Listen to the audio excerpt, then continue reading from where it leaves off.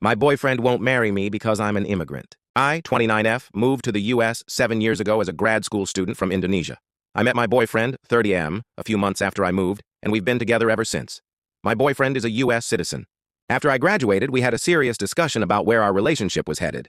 I made it very clear that I wanted to eventually get married and have children. My BF echoed the sentiments. I remember asking him if he saw that happening with me, because I didn't want to be in a relationship with no future. He told me he loved me, and that we were definitely headed in that direction. As of last week, we've been dating for 7 years. We've occasionally talked about marriage, but we were both busy with our respective careers, so the timing didn't seem quite right. However, recently my company announced that there's a chance that my department's work will be outsourced. I'm on an H-1B visa, temporary worker, so this means that I need to start looking for a job ASAP if I want to continue staying in the U.S. Last week, during our anniversary, I brought this up. I asked him if he thought it was the right time to think about getting married, as that will also help with sorting out my visa issues. He looked like he was about to vomit. After much prodding, he confessed that he wasn't planning on us getting married before I was able to get a green card, permanent resident in the U.S. I was incredibly confused because he'd never mentioned this before. His reason was that he didn't want to be used as a visa mule, his words, not mine, by me, and that he wanted to make sure that I married him because I loved him and not because it was a ticket to getting to stay in the U.S., which can only happen when I get a GC. It took me a while to process what he said, and I asked him if he'd be okay to move to Indonesia with me, which he wasn't. I did not react well and ended up leaving because I couldn't deal with what just happened. I am still in disbelief. I started dating him because he was the kindest, most thoughtful, and generous man I'd met. I now feel like I wasted 7 years. While the visa issues are certainly a problem, I did not date him with the intention of making him my safety net. I cannot believe that even after nearly a decade together, he doesn't know what kind of person I am. I feel like this relationship is possibly over, and it hurts. It hurts so much. Update 1. A few days back, I made a post about how my BF of 7 years didn't want to marry me because I was an immigrant on an H-1B, and he didn't want to be a visa mule. I got a lot of wonderful comments and DMs, a few trolls too, but that's expected from Reddit, haha. Because the thread got locked and the post was subsequently removed, because I have a low karma account, I was unable to respond to anyone. I'm posting this update to do that, plus add in some more things that have transpired since. TLDR at the bottom. Addressing some of the stuff in the comments. I've been on an H-1B visa for a bit more than 2 years now. I was on STEM OPT for about 3 years after grad school. I had terrible luck with the H-1B lottery, and I got one in the last round I was eligible to apply in. Getting PR in the U.S. is not easy. I know people who've been here for 15+ years who are still waiting for their PR. For those of you who DM'd me calling me a gold digger, you guys made me LOL. I am aware of the legalities around sponsoring a spouse for a PR, including the financial aspect. It shouldn't have been a problem for the following reasons. I'm a STEM major who recently shifted into management. I work for a large company and I do quite well for myself. My boyfriend is a teacher and our incomes are not comparable. He earns around however 60K, I earn close to however 300K.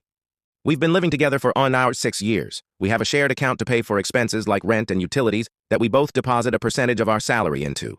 The rest of our money goes into our own private accounts and we don't manage each other's money.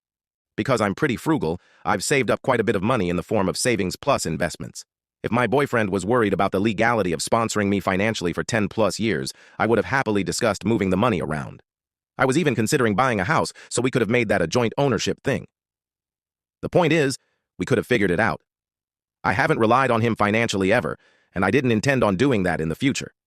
I might not have considered everything, but you have to note that I thought about the marriage for visa thing very recently, only when the threat of possibly having to leave loomed over me. This isn't something I'd thought about in detail at all. Regarding my situation back home in Indonesia, I come from a very religious and conservative family and had a horrible childhood. My family doesn't support my career choices. I cut contact with my family when I moved to the U.S., so they are not in the picture at all. I was on great terms with BF's family. They loved me. Now, for the actual update, he is now my ex-boyfriend. I took a few days to collect myself and then reached out to him wanting to talk. He agreed. It turns out that he has been insecure about earning less than I did for a while. Apparently, his friends have been poking fun at our relationship, calling me the sugar mommy because I take care of most of the expenses. He never told me this until now. He apparently didn't feel like an equal because our pay differs so much and started feeling that I was only with him as a quick way to get a PR here. I was speechless. I couldn't believe that his friends gaslighted him into doubting our relationship.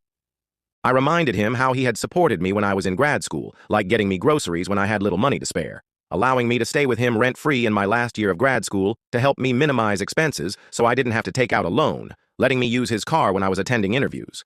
I told him that he did them because he loved me, and me taking on the majority of household expenses, since I started working, is my way of paying him back for all the things he did for me back then, He said that he gets what I'm saying, but also that he didn't expect me to start earning more than him straight off the bat. I asked if there was any chance he'd consider going to couples therapy, like some of you had suggested, and he declined because he didn't think he was being unreasonable.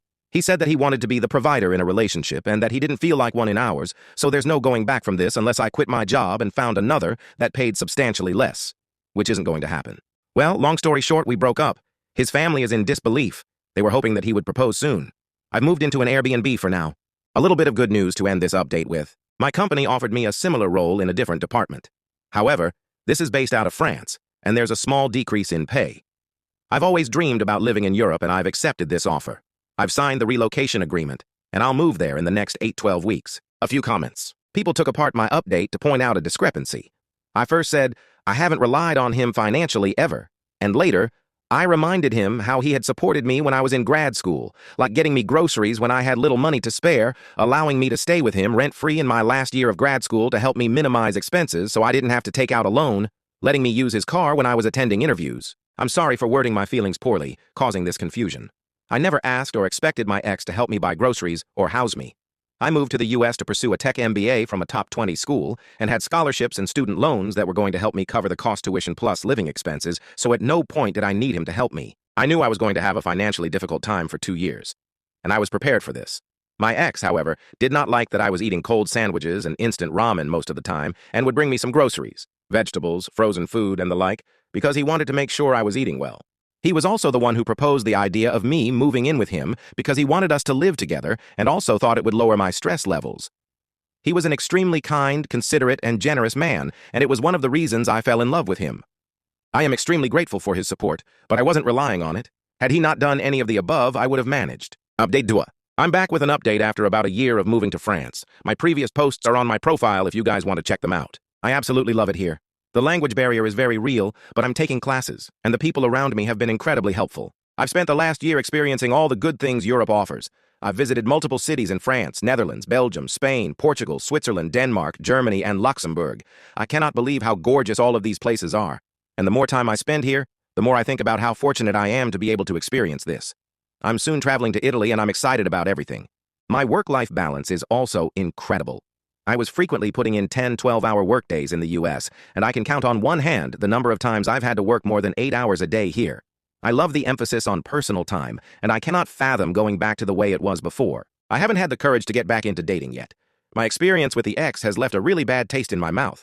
Even though immigration here is a lot easier than in the U.S. and is not really one of my worries, the thought of things falling apart after putting in a significant amount of time and effort scares me. I'm considering therapy, but I haven't quite made the leap to do that yet. My ex reached out to me a few months after I moved. He faced a lot of backlash from his family after we broke up, and he wanted to discuss reconciliation because he realized the error of his ways. I told him exactly how he made me feel and that I could no longer trust him. I had decided to move on and advised him to do the same. He's had to downgrade his lifestyle as he could no longer afford to live the same way we did, and I could tell that it made him unhappy.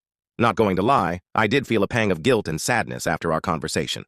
But it is what it is. I got a bunch of DMs asking me about what I do. I have an undergrad in comp science, and after a year of working, I decided to pursue an MBA. I was fortunate enough to get into one of the top 20 B schools with a scholarship that reduced my tuition by about 30%. I got into tech consulting initially and then switched to product management after a couple of years. Final update.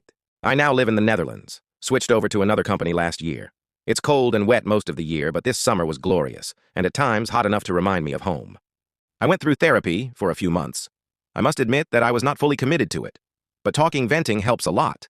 That, and distance, and time, has definitely helped me heal. It's a bit hard making friends in NL. Most people seem to want to stick to their existing social circles.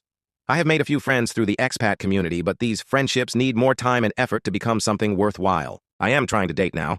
Signed up on a bunch of apps. Haven't really had a lot of success so far, but I'll keep putting myself out there. I still miss my ex sometimes, especially on days when I'm unwell, because it reminds me of how he used to take care of me and make me congee. I miss being cared for. And no, I haven't reached out. That chapter is truly done. I got a cat. She's a very loud girl. Life is kinda good, I guess. I need more friends, XD.